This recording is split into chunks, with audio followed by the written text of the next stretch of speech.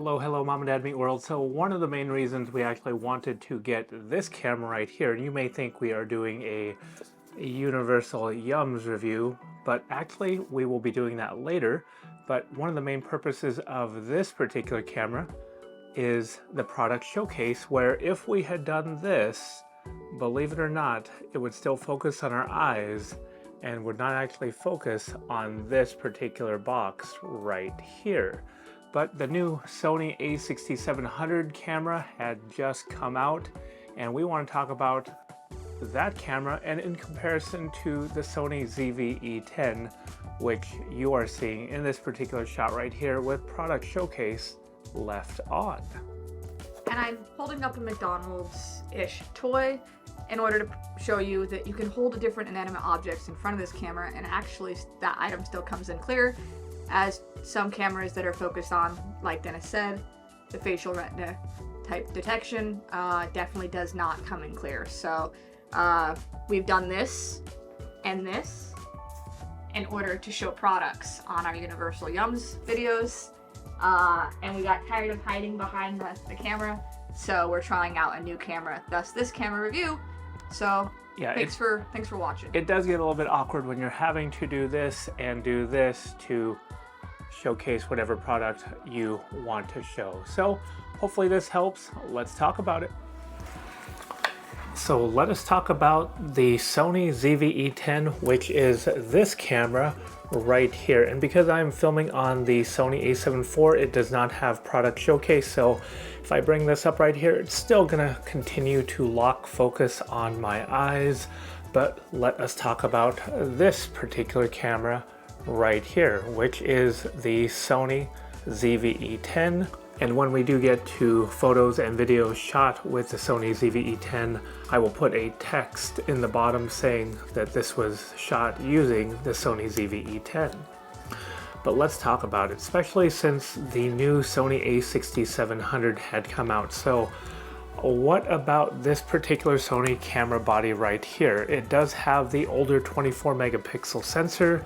It does have 8-bit video. It can shoot 4K, but only at 24 and 30 frames per second, as opposed to the a6700, which can shoot 4K video both at 60 frames per second and at 120 frames per second, which is pretty darn amazing. Not to mention it's got that new 26 megapixel sensor from the FX30, which is going to be a very, well, it's a new sensor.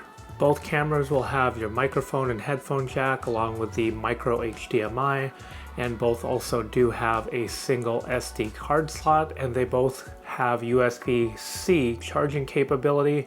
And I know they've got options to turn these into webcams, and the a6700 is going to be a lot more usable as a webcam, but again, they've both got the same style ports with the same singular SD card. This particular camera uses the smaller FW50 battery as opposed to newer FZ or FZ100 battery on the a6700. And not to mention the a6700 also has some smart AI capabilities along with the new menu system and a touchscreen on the back, which actually works like a true touchscreen. And as far as that AI goes, it's going to have those smarter capabilities of detecting human, insect, animal, bird, train, basically whatever you want to shoot, it's going to lock focus on it and it's going to be the shot you are looking for. As opposed to this camera right here, you've got great eye autofocus, but it is going to be the older system.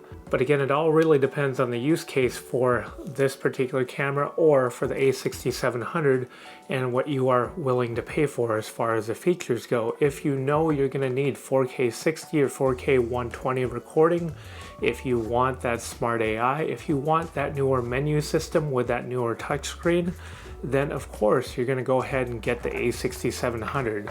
But with myself, I do like the 4K video capability, even though it's only 4K 24 and 4K 30. They both have mechanical shutters as far as photos go.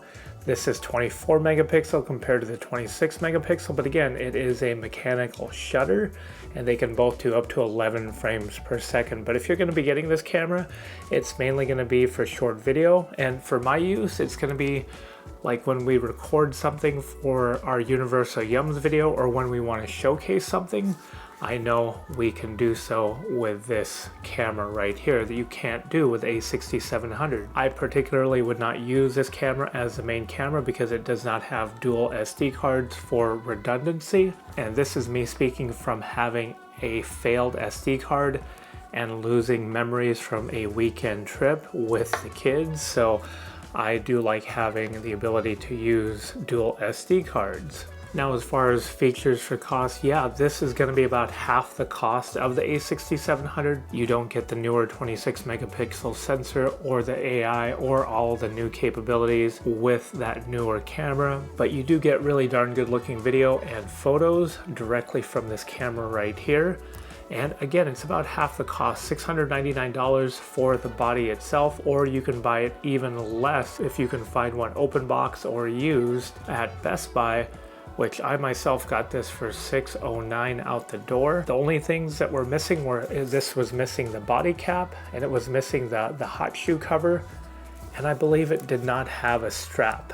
The camera was in pretty darn good condition. I'm very happy with the purchase. So again, for your use case, if you decide it is worth the cost of the a6700, I implore you to buy that camera. But I am happy with this particular camera, and the one thing that is not tempting me to upgrade to the a6700 or to buy the a6700 is that lack of a second SD card. The Sony ZV E10 has been a great little camera for products that we do want to showcase, no longer having to do this and then putting the product right here, because again, that does look awkward.